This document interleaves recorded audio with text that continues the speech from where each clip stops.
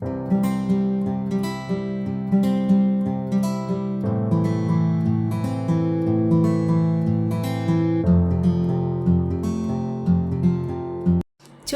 ചപ്പാത്തിക്കും പറ്റിയ അടിപൊളി കൊതിപ്പിക്കുന്ന ഒരു റെസിപ്പിയുമായിട്ടാണ് ഈ പ്രാവശ്യം അമ്മക്കൂട് നിങ്ങളിലേക്ക് വന്നിരിക്കുന്നത്.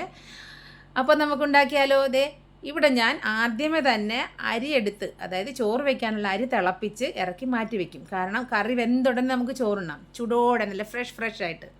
അപ്പോൾ അരിയൊക്കെ തിളപ്പിച്ച് ഞാൻ മൂടി ഇറക്കി മാറ്റി വെക്കുകയാണ്. ഇനി നമ്മുടെ അടിപൊളി കൊതിപ്പിക്കുന്ന കറി ഉണ്ടാക്കാനായി കുറച്ച് തേങ്ങാപ്പീര എടുത്തിട്ടുണ്ട്, കറിവേപ്പില എടുത്തിട്ടുണ്ട്, അതുപോലെ തന്നെ ഒരു 1/2 ടീസ്പൂൺ പെരിഞ്ജീരകം, ഒരു 1/2 ടീസ്പൂൺ മഞ്ഞൾപ്പൊടി. ഇതെല്ലാം എടുത്തതിന് ശേഷം ഇതുപോലെ ഒന്നിളക്കി ചെറിയ തീയിൽ നമുക്കൊന്ന് വറുത്ത് കൊടുക്കാം. ഞാൻ ഈ മസാല, അതായത് ഈ വറുത്തരയ്ക്കാനുള്ള മസാല ഉണ്ടാക്കുന്ന ഒരു വീഡിയോ ഞാൻ നമ്മുടെ ഈ ചാനലിൽ ഇട്ടിട്ടുണ്ട്. കാണാത്തവരൊന്ന് പോയി അമ്മക്കൂട് സെർച്ച് ചെയ്തിട്ടൊന്ന് കാണണം കേട്ടോ. അപ്പോൾ ഇതിങ്ങനെ നേരിയ തീയിലൊക്കെ ഇങ്ങനെ നമുക്ക് വറുത്ത് ഇതുപോലെ ചുവക്കെ വറുത്തെടുക്കണം. ഇനി ഇതിലേക്ക് നമുക്ക് 1 ടേബിൾ സ്പൂൺ മുളക് പൊടിയും ചേർത്ത് കൊടുക്കാനുണ്ട്. അതെൻ്റെ ഇന്ന് മിസ്സായിപ്പോയി, സോറി.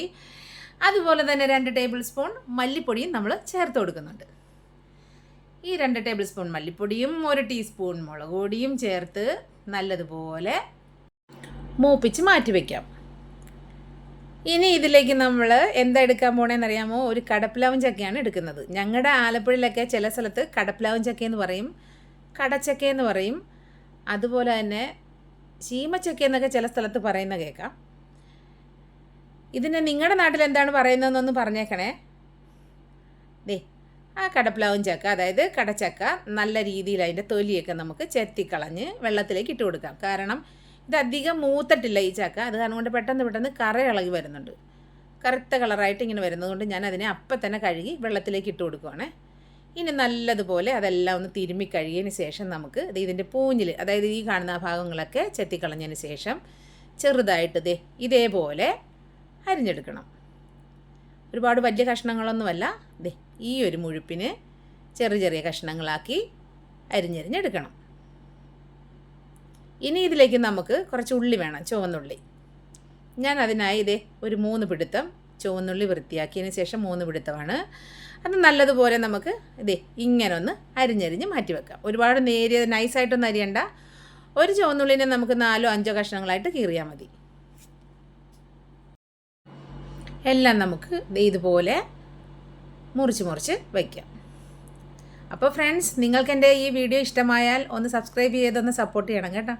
അതുപോലെ തന്നെ നിങ്ങളുടെ ഫ്രണ്ട്സിനും റിലേറ്റീവ്സിനും ഒക്കെ ഒന്ന് ഷെയർ ചെയ്ത് കൊടുക്കാനും മറക്കരുത്. സബ്സ്ക്രൈബ് ചെയ്യാതെയാണ് കാണുന്നതെങ്കിൽ മാത്രം സബ്സ്ക്രൈബ് ചെയ്താൽ മതി, ഇല്ലെങ്കിൽ അൺസബ്സ്ക്രൈബ് ആയി പോവും.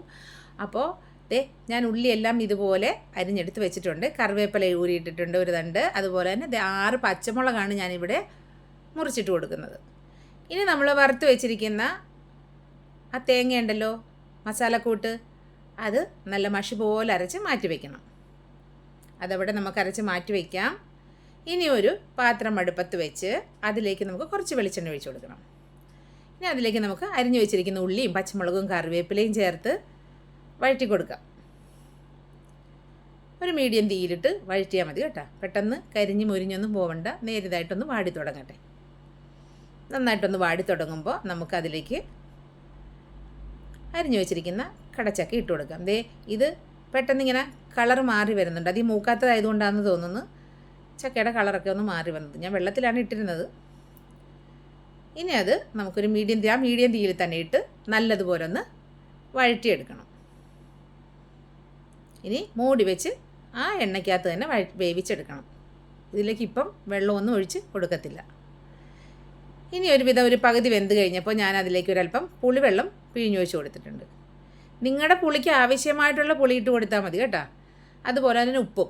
നമ്മളിവിടെ ഇരുന്നുകൊണ്ട് നെല്ലിക്ക വലിപ്പത്തിലുള്ള പുളി, നാരങ്ങ വലിപ്പത്തിലുള്ള പുളി എന്നൊന്നും പറഞ്ഞിട്ട് കാര്യമില്ല. എങ്ങനെയാണോ നിങ്ങൾക്കിഷ്ടം അതുപോലെ. നിങ്ങൾക്ക് ചിലർക്ക് പുളി കൂടുതലായിരിക്കും വേണ്ടത്. കഷ്ണങ്ങളൊക്കെ ഏകദേശം വെന്ത് കേട്ടോ. ഞാൻ അരച്ച് മാറ്റി വെച്ചിരുന്ന അരപ്പ് ഇതിലേക്ക് ഒഴിച്ചു കൊടുക്കുന്നുണ്ട്. ഇനി എല്ലാം കൂടെ നന്നായിട്ടൊന്ന് യോജിപ്പിക്കണം. ചക്കയും അരപ്പും എല്ലാം കൂടെ യോജിപ്പിക്കണം. ഇനി ഞാൻ മിക്സിയൊക്കെ ഒന്ന് കുറച്ച് വെള്ളം ഒഴിച്ച് കഴുകി ഇതിനകത്തേക്ക് ഒഴിച്ചു കൊടുക്കുന്നുണ്ട്. പോരാത്ത ഉപ്പും കൂടെ ചേർത്ത് നന്നായിട്ടൊന്ന് തിളപ്പിച്ചെടുക്കണം. നല്ല ടേസ്റ്റി ആയിട്ടുള്ള കറിയാണ്. നിങ്ങളൊന്ന് പരീക്ഷിച്ച് നോക്കണം. സ്കിപ്പ് ചെയ്താരും പോകരുത്. ലാസ്റ്റ് ആകുമ്പോൾ നല്ല രസമാണ്. അടിപൊളി കറി ഉണ്ടാക്കി എങ്ങനെയാണ് ഞാൻ നിങ്ങൾക്ക് തരുന്നതെന്ന് കണ്ടിട്ട് പോകും. ഓക്കെ, എന്നിട്ട് വീട്ടിൽ ചെന്നിട്ട് ഇതുപോലൊരു കടപ്പിലാവും ചക്ക മേടിച്ച് ഇങ്ങനെ നല്ല നൈസായിട്ട് നല്ല കുമുകുമാന്ന് മണം വരുന്ന അടിപൊളി ടേസ്റ്റി കടപ്പിലാവും ചക്ക കറി ഉണ്ടാക്കി കഴിച്ചു നോക്ക്. ഓക്കെ, ഇനി എല്ലാം ഏകദേശം കറികളൊക്കെ വറ്റി വരുന്നുണ്ട്. ഇനി നമുക്ക് ചെറിയ തീയിലിട്ട് കൊടുത്ത് ഇതിൻ്റെ എണ്ണ തെളിയിച്ചെടുക്കണം. നോക്ക്, കറിയുടെ എണ്ണയൊക്കെ തെളിഞ്ഞു വന്നു. ഇനി നമുക്കിതിലേക്ക് വറതാളിച്ച് കൊടുക്കണം. വറതാളിച്ച് കൊടുക്കാൻ ഇവിടെ ഒരു പാൻ അടുപ്പത്ത് വെച്ച് അതിലേക്ക് കുറച്ച് വെളിച്ചെണ്ണ ഒഴിച്ച് കൊടുത്തിട്ടുണ്ട്. അത് നിങ്ങളുടെ ഇഷ്ടമാണ്. 2 സ്പൂൺ ഒഴിക്കണമെങ്കിൽ ഒഴിക്കാം, അല്ലെങ്കിൽ 3 സ്പൂൺ ഒഴിക്കണമെങ്കിൽ ഒഴിക്കാം. ഒരുപാട് എണ്ണ വേണ്ട, കാരണം ഓൾറെഡി അതിനകത്തേക്ക് എണ്ണയുണ്ട്. അതിലേക്ക് 1/2 ടീസ്പൂൺ കടുക്, 2-3 വറ്റൽമുളക്, ഒരു തണ്ട് കറിവേപ്പില.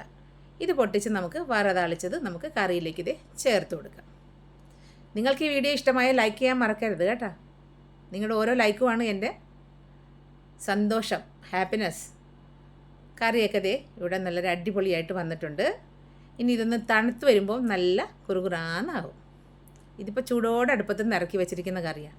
നോക്കിയേ, നല്ല അടിപൊളി കുറുകുറാന്നുള്ള മനം മയക്കുന്ന മണത്തോടെ സൂപ്പർ ടേസ്റ്റിൽ കടപ്പിലാവും ചക്കക്കറി ഇവിടെ റെഡി ആയിട്ടുണ്ട്. ഇംഗ്ലീഷുകാരൊക്കെ ഇതിനെ ബ്രെഡ് ഫ്രൂട്ട് എന്നാണ് പറയുന്നത്. അപ്പോൾ നിങ്ങൾക്ക് എൻ്റെ ഈ വീഡിയോ ഇഷ്ടമായാലും ഒന്ന് സബ്സ്ക്രൈബ് ചെയ്ത് സപ്പോർട്ട് ചെയ്യണം. അപ്പോൾ ഇനിയും അടുത്ത വീഡിയോയുമായി വരുന്നത് വരയ്ക്കും thanks for watching. Bye bye.